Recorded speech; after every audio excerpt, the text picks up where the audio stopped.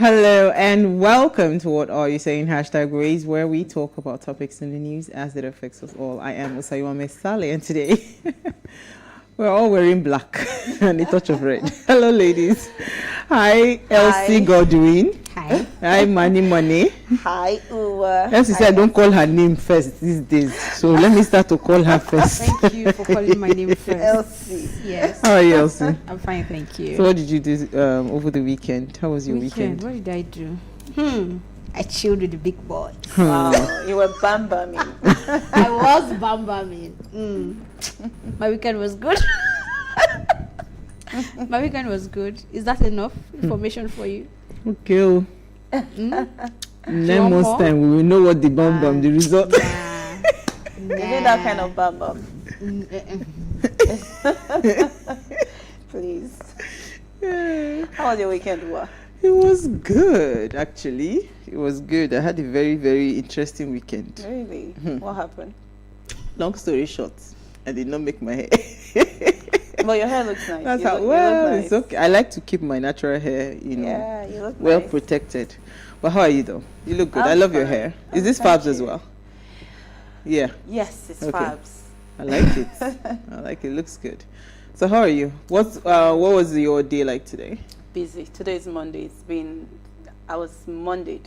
Yes, so That's a new I one, have been Mondayed. Mondayed, yes. It was hectic, but it's normal. I don't know a day that is no longer hectic, so we're getting used to it. Yeah. Interesting. All right, so today what are we discussing? Women in politics, and here's what we found as today's quote. For me, a better democracy is a democracy where women do not only have the right to vote and to elect, but to be elected. All right, so there's a growing recognition of the untapped capacity and talents of women and women's leadership. Over the last decade, the rate of women's representation in national parliaments globally has incrementally increased from 15% in 2002 to 19.8% in 2012. Some regions have seen particularly dramatic increases, such as Sub-Saharan Africa, where the number of women in parliament has risen from 13.7 to 19.8%, and the Arab states region, which has seen an increase from 6.1% to 14.7%. Now, this is still well below the 30% benchmark often identified as the necessary level of representation to achieve a critical mass, not to mention falling short of women's representation as half of the world's population. Now, Abosede George Organ is here to discuss Nigerian women in politics, want to see the past, what's happening presently, and the future, what it holds for women in politics. But first, let's take a break to see what we found in the news.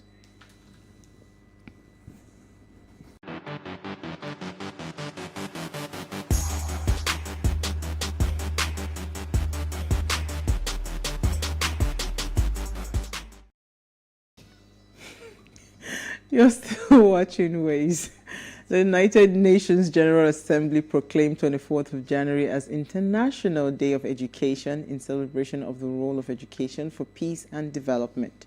Now, without inclusive and equitable quality education and lifelong opportunities for all, countries will not succeed in achieving gender equality and breaking the circle of poverty that is leaving millions of children, youth, and adults behind.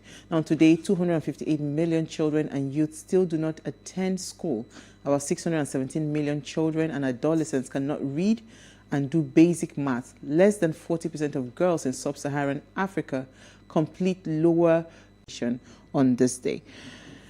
Every time I see educational conversations in Nigeria, my heart just breaks because... Why is that? Yeah, because the standard of education, it's almost like by the minute it's falling, and even for the so-called private schools that, have grown in leaps and bounds in terms of their numbers and all of that, there are still lots of lapses that we see in private schools. And again, we don't see government checkmating them because even they themselves, what do they even have to offer? Yeah, true. Education is one big thing that is really dear to my heart, and I keep wondering when would we get it right as a country, because I know that if we're able to get just education right, I think maybe that thing will 50% fall of our into problems in place, yeah, Nigeria will be solved. yes. Yeah. Because when you educate them, then they have the right to, to talk. They have a voice. But when people are not educated properly, then you can put them under. So You sometimes can do anything. I feel, Education yes, is a tool. I actually feel that it's actually one of the strategic plans of our government. Keep them uneducated. Mm-hmm. Yeah, that's what I think. That's what I think as Yeah. well. I'm with you. It reminds me of a tweet I saw. I think it was just last week. I think the president went to a certain state in the north last week, right? And Kaduna then State. there was crowd of people out there welcoming him, and his people were excited, saying that the people of that state are happy to see him. That's why they're outside. And somebody pointed out that this video is proof that there is an issue, because if the president is in the states at the time when that video was taken, then that's supposed to be school hours, and those children were on the road Wow. running around, and you Wow. had the effrontery to post that to claim that Wow. people are out Well, to support welcome and- the president when those children were They actually were not supposed to be thinking, in school. obviously. You Nobody know, was so while you thinking. were talking about that, that was what was playing through my head. Oh, And that's- you know what, I'm not going to repeat what both of you have said. Let's just move on. Abio. All right, let me That's start with right. money. What did you find for us in the news? Okay, I tried to look for something happy because I realized I was always looking for, ways to jump on the government. So I went to look for something nice. Embrace peace. Be like me, my darling. I'm trying. So Punch says that the World Bank AFDB means African Development Bank, approved 2.83 billion for Nigeria in 2021. So I'm just going to read quickly. The World Bank and the African Development Bank approved a total sum of 2.83 billion to Nigeria in 2021. It has been learned. However, the financing is not limited to the Nigerian government, as it also covers Nigerian agencies and firms. So 500 million was approved for electricity access, while 700 million for urban and rural water supply, sanitation, and the hygiene program. So for me, I think that this is a very good one, although while they're loaning this money to Nigeria, but it will help if they take this money to do the things they have talked about. So electricity, fine. Power, we are in need of this, Yeah, we've always, so what we need now is just accountability. Although the monies have not yet been disbursed, so I read, yeah, that's what I read, yeah. So there are conditions to draw down. So once they meet the criteria to draw down, then they will disburse the money, then we can take it and do a lot of things. Where in the year 2022, I don't think in this year any city or any village in Nigeria should be struggling with water issues. So if they are going to use these monies and really help to develop these urban and rural areas that are in need of water and sanitation, then we should jump on it. So this is a good one. Okay. I tried today. Yeah. Okay, for me, operatives of the National Drug Law Enforcement Agency, NDLEA, raided a relaxation center in Abuja and arrested 6 persons for selling drug cookies and noodles. This was disclosed by the Director of Media and Advocacy for NDLEA, Femi Babafemi, in a statement on Sunday in Abuja. Mr. Babafemi said, following credible intelligence, a lady was arrested along with her sales girl for dealing in drugs and for dealing in drug cookies, while a man and his sales girl was arrested for selling noodles prepared with cannabis. So yeah, and so they're getting why are you laughing? on Owa? cookies, Don't put me in trouble. Why are you laughing? So he also mentioned some other raid and interception that they've done, and showing that they are really clamping down on people who are doing drugs and selling drugs, right? So kudos there. So I watched the movie on African Magic till late. I think I left that place about 2 a.m. this morning.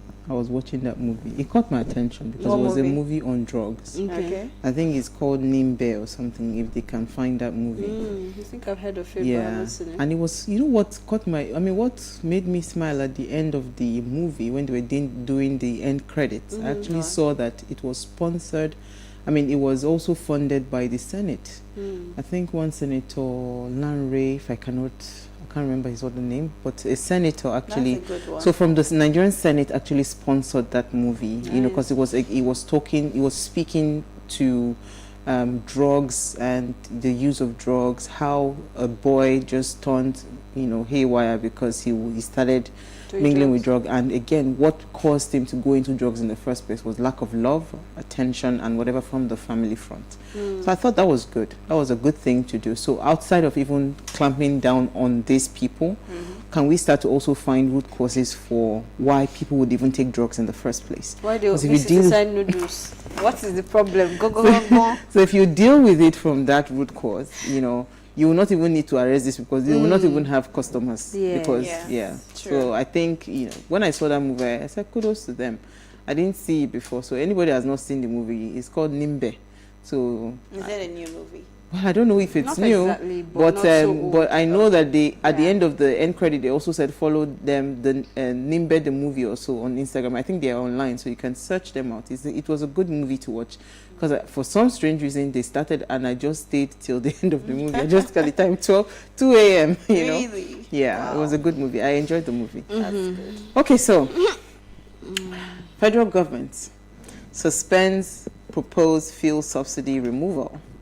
Now, the federal government has suspended the planned fuel subsidy removal. That's the Minister for Finance, Budget and National Planning, Zainab Ahmed, made this known today during a meeting that was held in the National Assembly in Abuja.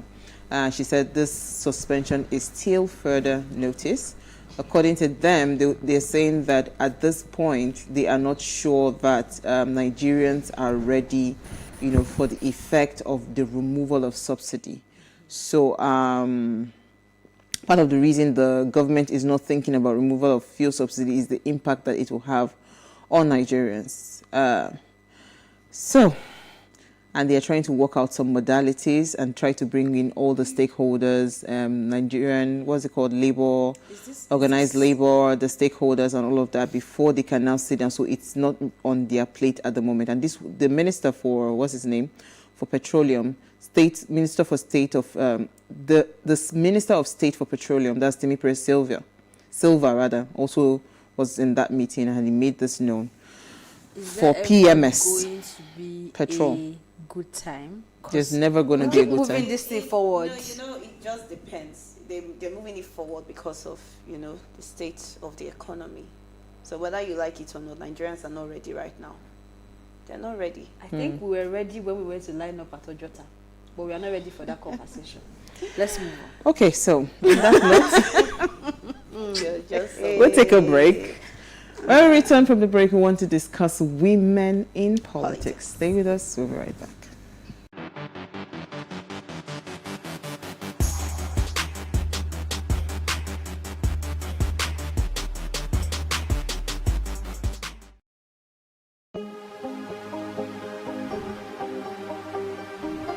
Is it for upcoming artists to blow in Nigeria?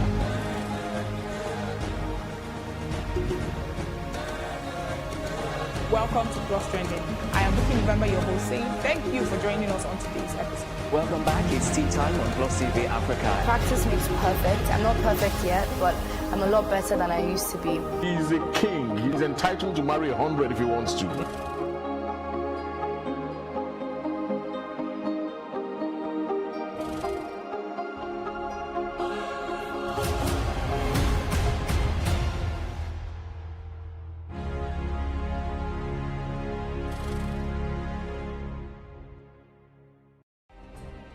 Nigeria's Niger Delta region, from where the black gold fuels Africa's largest economy, where the lines between wealth and poverty has never been thinner. Conflicts, poverty, insecurity, and environmental challenges daily confront the region.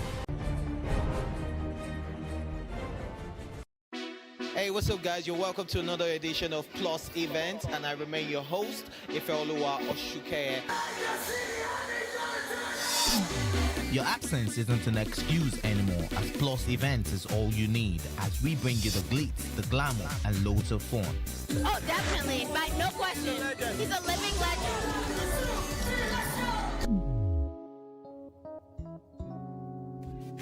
God forbid, Holy Ghost fire, I know. I just want to be blown away. I want to be wild. This is 11 years of doing it.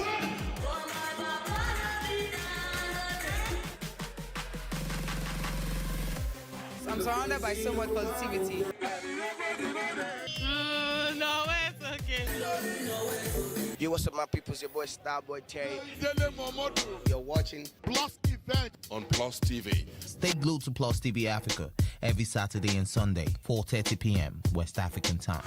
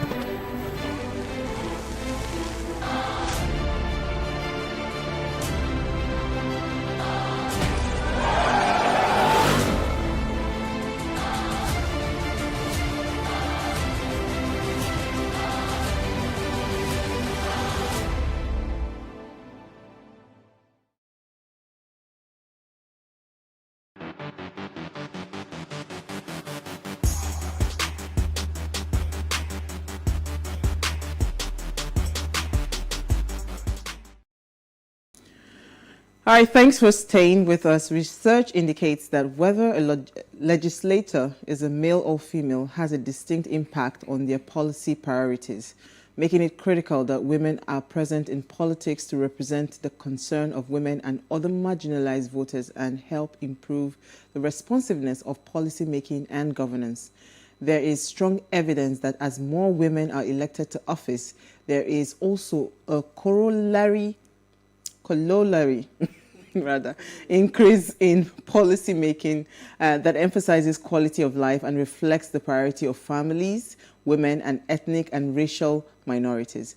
Women's political participation has profound positive and democratic impact on communities, legislatures, political parties, and citizens' lives, and help democracy deliver.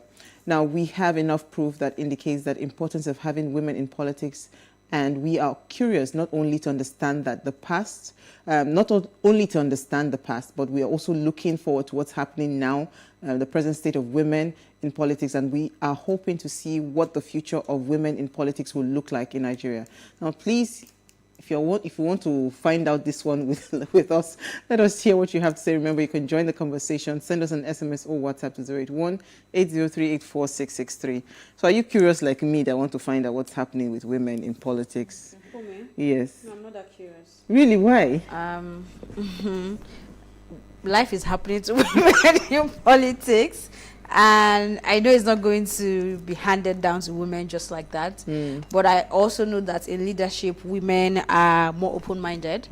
I think women can be better leaders when given the opportunity and an enabling environment in terms of equity and the support that they need. So yes, I'm hoping for a Nigeria that would have a female president. Yeah, well. It might be very far off. See, you are not even as optimistic as I am. But I'm hoping for that, and I know that women can do better. But I'm also not in support of just giving the position to a woman because she's a woman. You have to be able to do the job. You have to, regardless politics, corporates, wherever it is, you have to, like you always say, match everything intellectually and everything that is required to be able to do the job, take emotions aside and get the job done. So yes, that's how I feel, and I'm optimistic. Money, how far?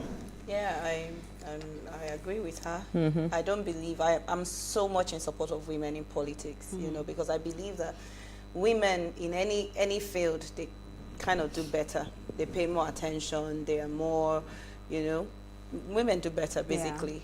So I think, yes, I think it's high time that we all jump in, you know, she talked about making, you know, creating an enabling environment for the women. I totally agree, because prior to this time, women thought that politics was just for men. So they did not play in this field. But nowadays, you see some women coming out to play. So I think we just create an enabling environment for them. It's actually interesting because we are not where we were many years No, of ago course, in terms definitely. of women's No. involvement in politics. Yeah. And you know, where we are today, I know some political parties that make it an effort to give even sometimes the tickets to for women, free yeah. and all of that. So there, I think we are far come a from long where way. we are far from Yeah. where we We're were not before. where we want to be, but definitely we're very far from where we started. yes. But let me bring in our guest, Abosede Jodogan. She is the founder of Women in Leadership Advancement Network, WILAN. Is a tri-sector leader with almost 20 years experience working across the non-profit, private and public sector as a development professional. She began her career in development with Action Aid International Nigeria and coordinated corporate social responsibilities and sustainability for Keystone Bank, First Bank and Samsung Electronics West Africa, respectively. She has a degree in political science and public administration from Ignatian University, an MSc in communication for innovation and development from the University of Reading, and a master's in public administration from the Harvard Kennedy School, where she was recognized with the Josephine Vernon Award as the most outstanding Edward S. Mason Fellow, and the Women and Public Policy Program Barbara Jordan Award for Women's Leadership. So she is very ready for us today.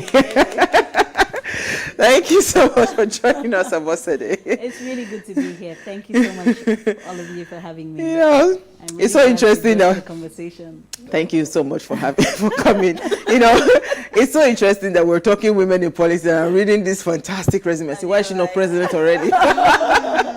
You know, but tell us, Abosede. I mean, you have worked very closely, and this is something you are passionate about, making sure that you see women well represented in political spaces, in leadership roles, and all of that. You know, maybe you should give us a background. Where do you think?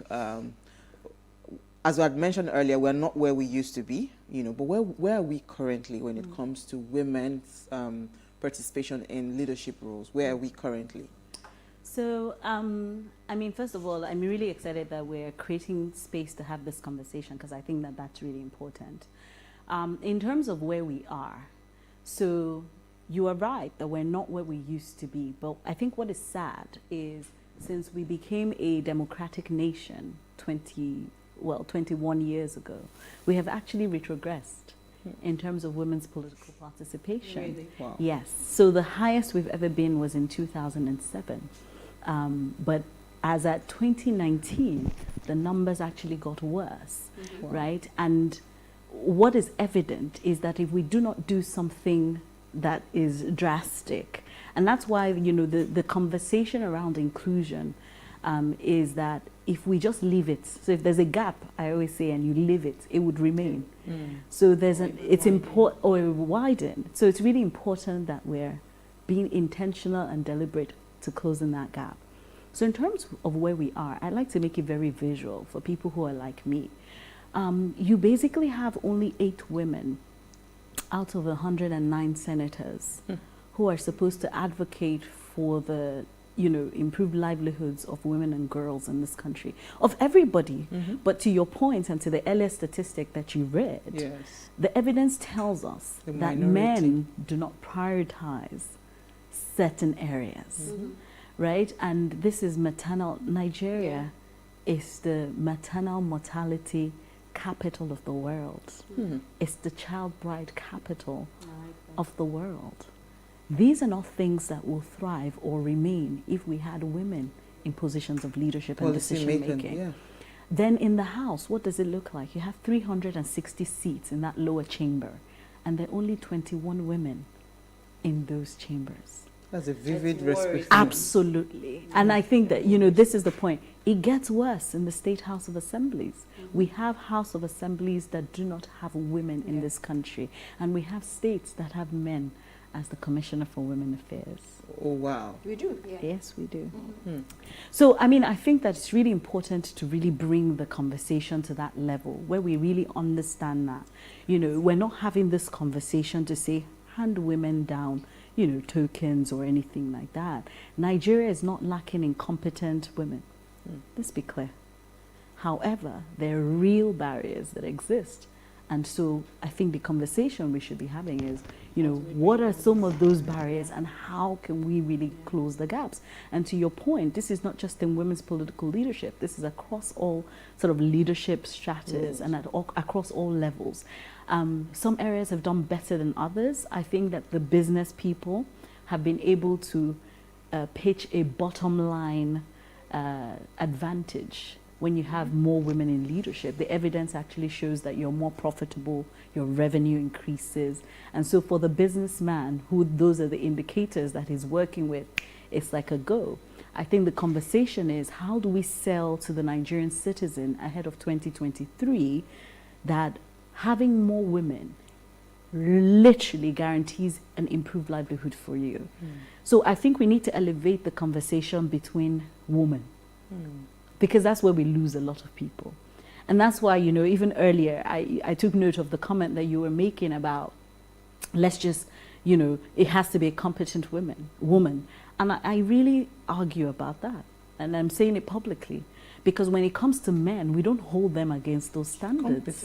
We never talk about competency. Yes. Let's be fair. All the Constitution requires, if you're going to run for office, is SSC for most offices. So what are we talking about? Yes. How many women? The Anambra election, almost all the deputy candidates of the governors had PhDs, but the governors had SSCE. The candidates, the people who the party gave the tickets to. So I think we should be really clear that we're not asking that you hand women down, but that we should acknowledge that there's a clear gap and something must be done. So this is the conversation. So I acknowledge. I like that. I acknowledge that there's a clear gap. I mean, it's only, even the blind knows that there's a clear gap, right? And as much as we don't hold, I agree that we don't hold our men to that level of competence when that conversation is happening. It's what should be happening. And even if we've made that mistake in that regard, I don't think we want to begin to make the same mistake when it comes to women, because that gap is wide as well. If one of us goes up there and does something that is remotely wrong, it rubs off badly on every other person, right? So it still takes me back to the competence. I like how you said that in business, it's making sense to the businessman because the numbers are different, right? When a woman is at the top, the statistics shows it really. This is not us just saying it. Absolutely. If you research, you'll find it there. Yeah. There are more progress. The bottom line is making sense. Revenues are coming and all that. But when it comes back to politics and where you said that it is not for the lack of competent women, I don't know how to react to that because if I agree that we have competent women in politics, what would you say is the difference? What is that barrier that is making them not shine forth, even in terms of their personal branding, in terms of their positioning, in terms of playing in in terms of politicking and all that it takes? What would you say is that or those barriers, right? Because if I want to agree with you that we have competent women in politics, then what's going on? I mean, thank you so much for that question. It actually begins to trigger the deeper conversations that we should be having. I think the first thing, and you know, we can use ourselves as an example, is we are in a patriarchal society. It's the order of the day, right? And so we were all socialized in a certain way. If I ask all of us around this table, we were, you know, we grew up with, you know, be in the kitchen while you're, you know, I've got 2 generations of brothers. I saw it. You know what I mean? So we're socialized as women in a certain way. Yeah. And so it's almost like, no, you're not supposed to be there. And whether you like it or not, the socialization process is deep. right? There's a lot of unlearning, right, that happens, and behavioral change that needs to happen for you to become a different type of person. So that's one piece. The second piece that I think is really important to note is, and so what I've described sort of summarizes itself in like the deep, entrenched social, cultural, and religious barriers, because they're real, right? Which is like politics is not for you, you shouldn't be here, all that good stuff.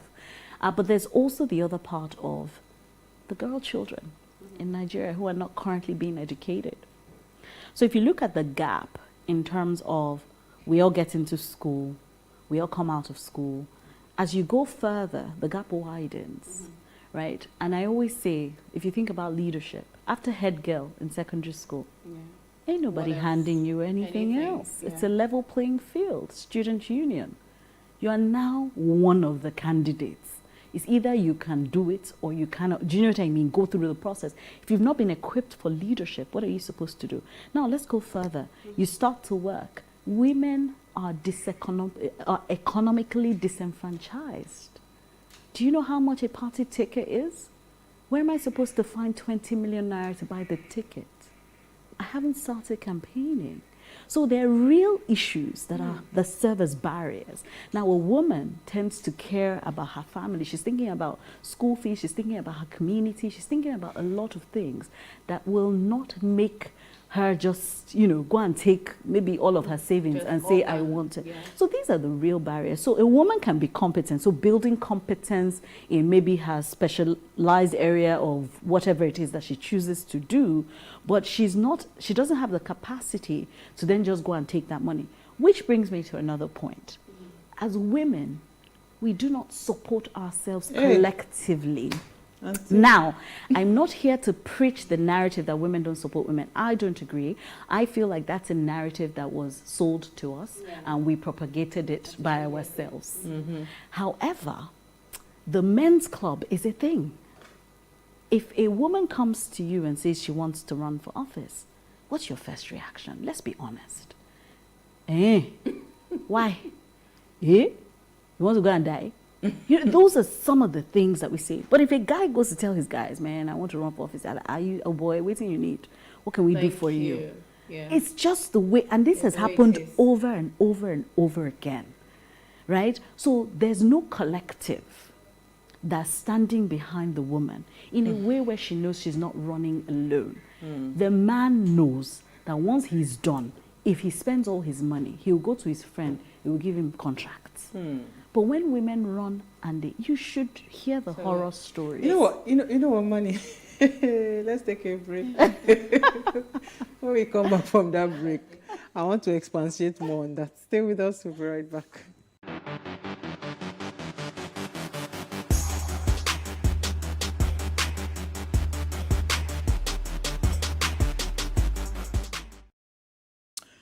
All right, thanks for staying with us. Now, if you just tuned in, we're having an amazing chat with Abosede George Ogan on Nigerian women in politics. We're discussing the past, what's happening presently, and we're looking into the future.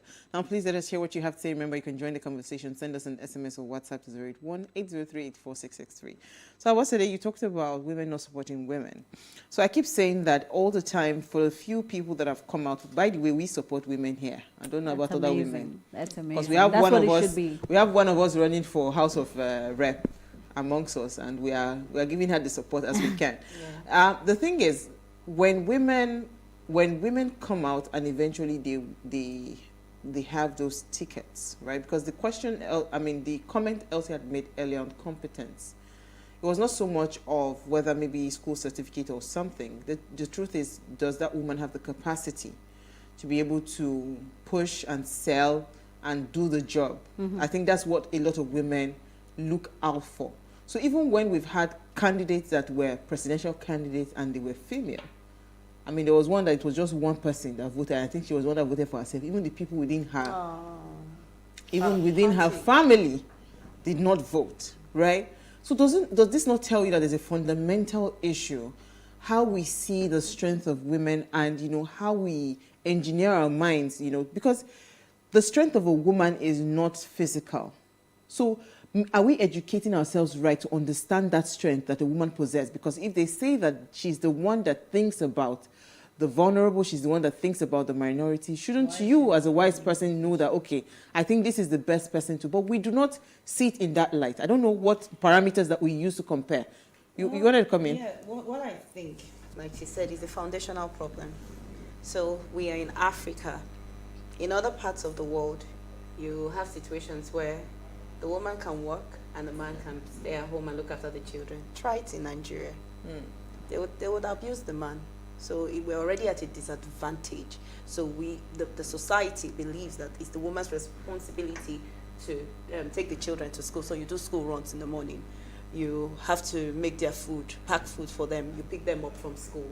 You take them to church. It's your responsibility to do their homework. It's your responsibility to teach them scriptures if they're Christians. And, so when will this woman get up to make money and empower herself financially? That's one. And then, does she have to wait till the children leave home before she fights with the big boys? Yeah. So I think you've just raised a really, really fundamental issue. And I like to say this. I like to say, how is it that you are born of a woman, nurtured by a woman, trained by a woman, but cannot be led by a woman? I don't understand it. What are some of the skill sets that a leader should have? Let's break it down. Because these are the real conversations that we should be having. Yeah. Do you know what it is to manage a home?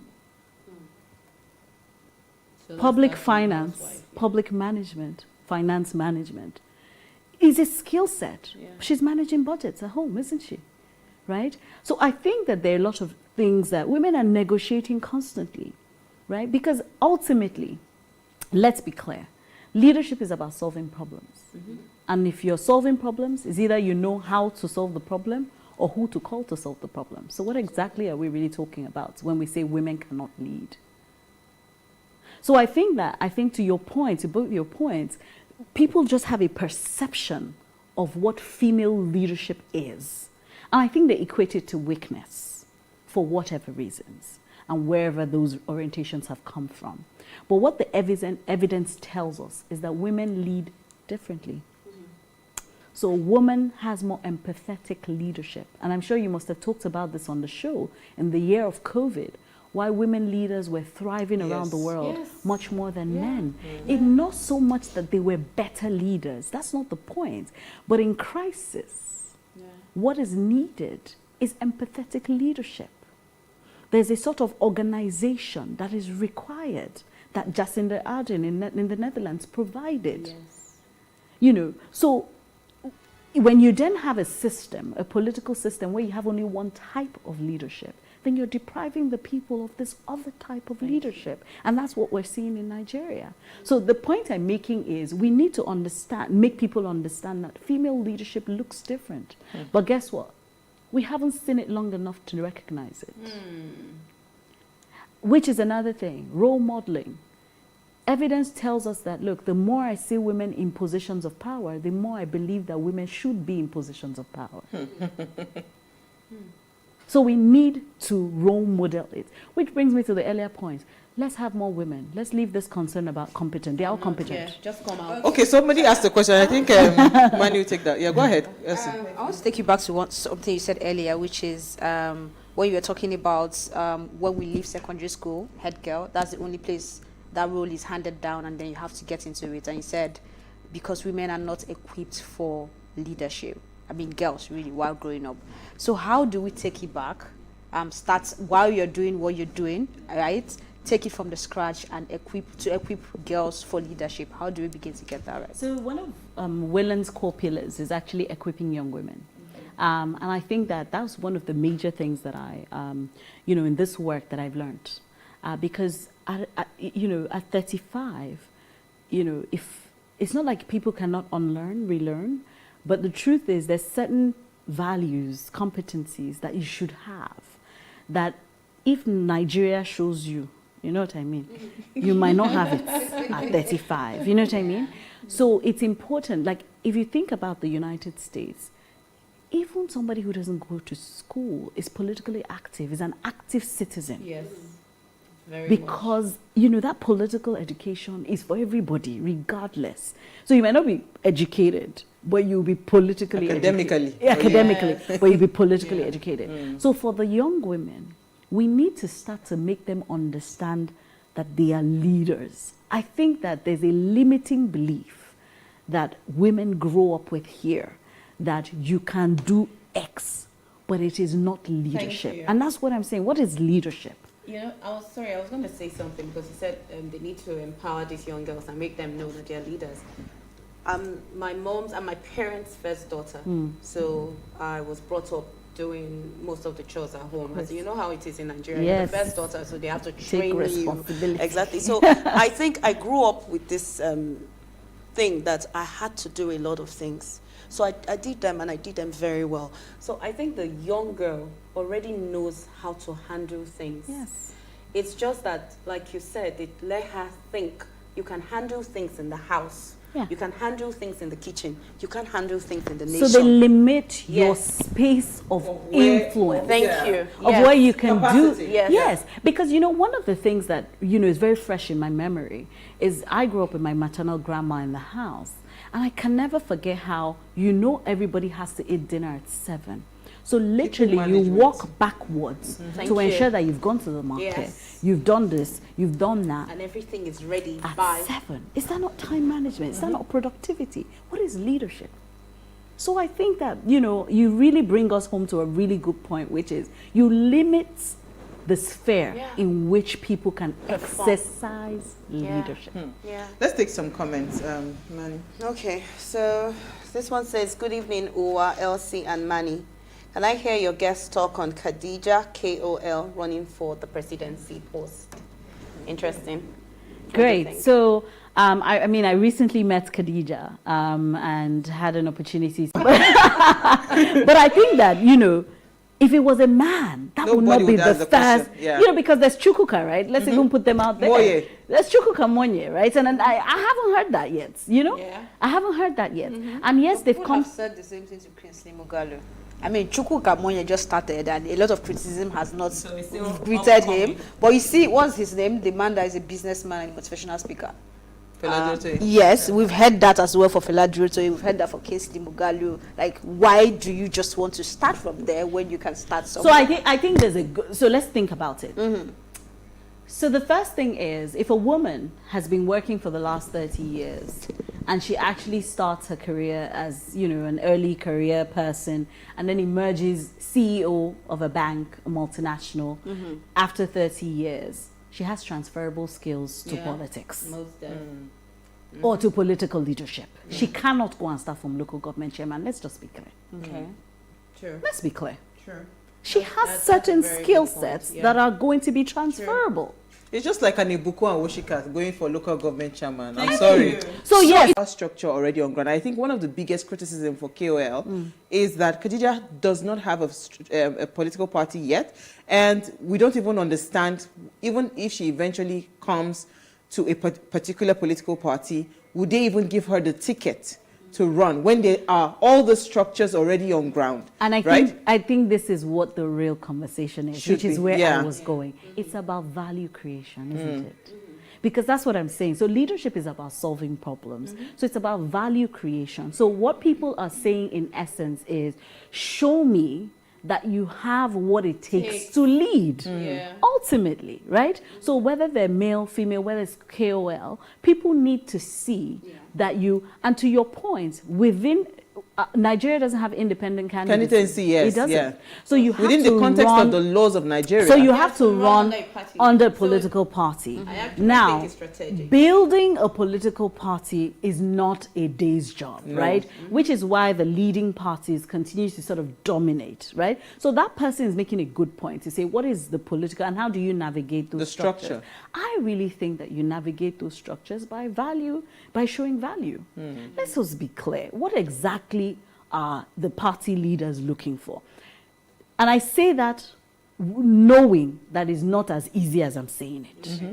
But the point I make is, if you show someone if you are relevant, that you have a base of 50,000, I'm not talking about online followers with all due respect to our online followers, but that you have a strong base of followers. They'll bet on you. If they have 2 million followers already, like live, and you bring your 50,000, is that not value add? Yeah.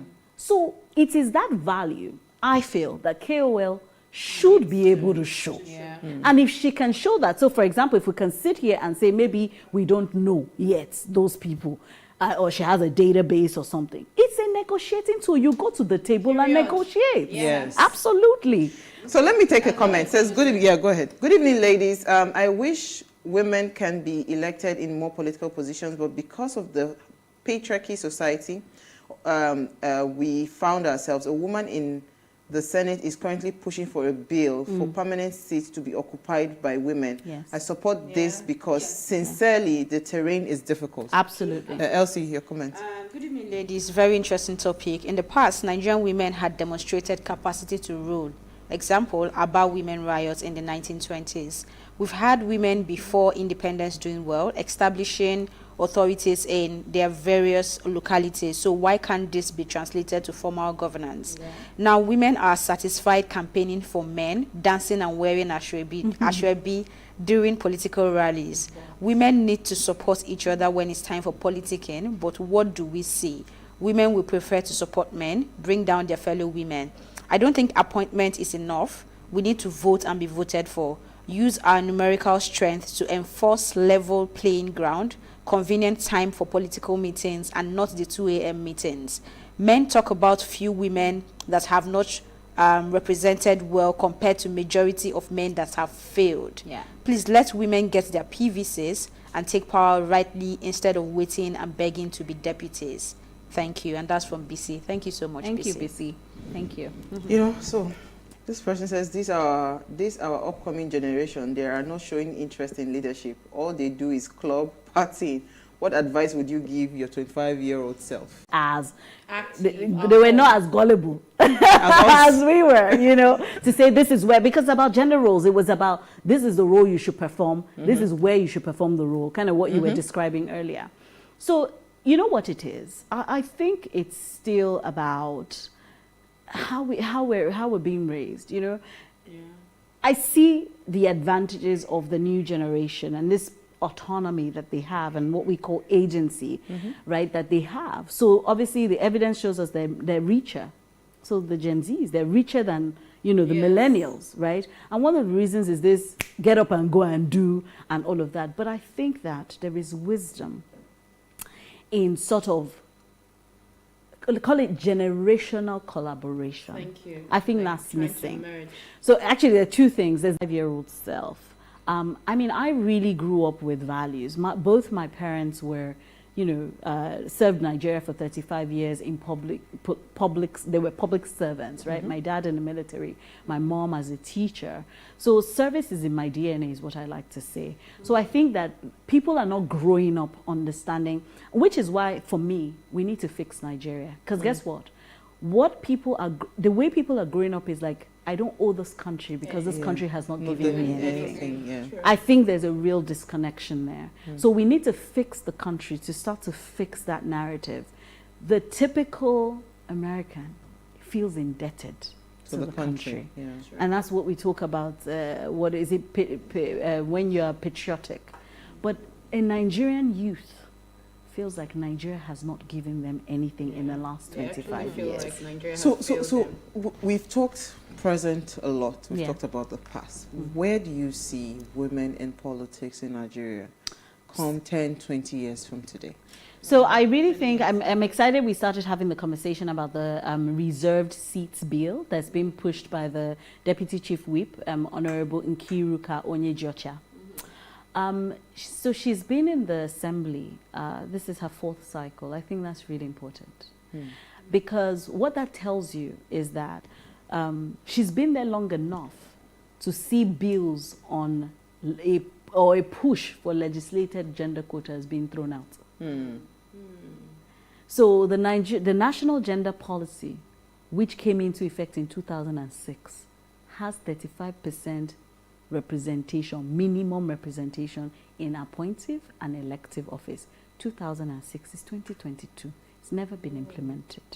So when I was telling you in 2007, that was one of the times that whoever, if you remember, whoever was in leadership tried to push for us to get that at least in appointive offices, but it was much better even in elective office. So what's my point? The truth is, if we're going to improve women's political leadership in this country, we need a legislative gender quota. Yeah. Because even the leading political parties have it in their constitution, a gender quota. But there is no incentive. What is the incentive to put a woman as the party ticket bearer against a man? What is the incentive? It's almost, they see it as setting themselves up for failure. So that's one piece, right? A legislative gender quota. The second piece is party politics. Unless we change to proportional representation or something, we restructure. Today, we are still going to be elected through a party. Now, party leadership, who's at the leadership? Who's at the leadership of the party? Women only get women leader positions and deputy women leader. This is really important because if there are no women again in those positions advocating that more women must be given tickets, it's still a cycle. So it's not just about women in positions, occupying positions, it's women in top positions. Leadership positions. And guess what? If we have a legislative gender quota today, parties will align.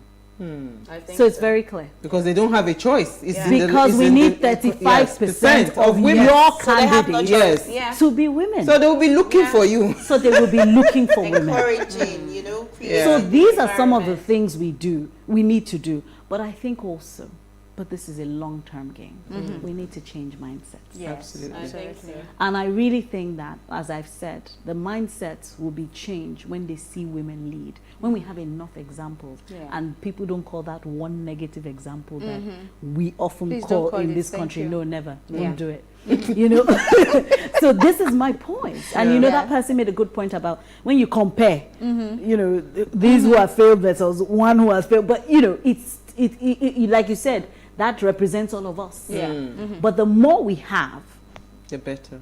Those who fail and those who succeed, the more examples and the more stories we can tell. There will not be a balance. Absolutely. I have a question, but unfortunately she can't take it. I just think that what we need to do is politeracy. Just continue educating people, because you made a point that really hit home. You know, she talked about women being competent and everything, and you said it's not about that because we don't hold the men accountable as well. So I think we should just encourage women, come out as you are. Absolutely. Yeah.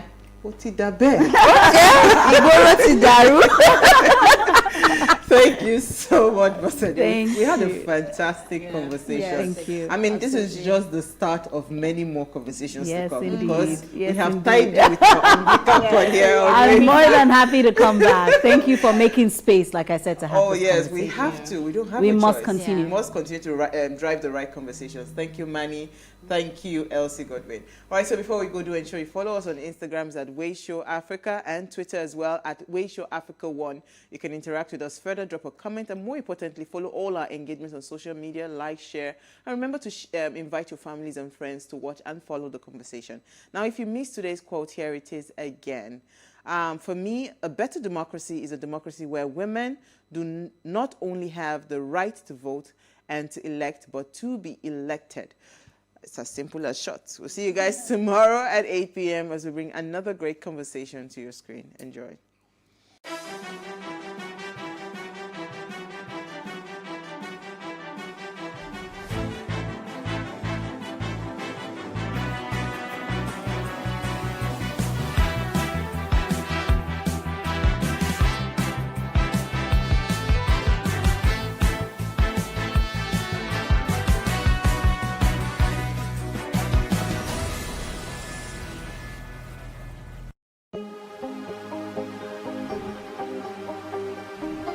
Is it for upcoming artists to blow in Nigeria?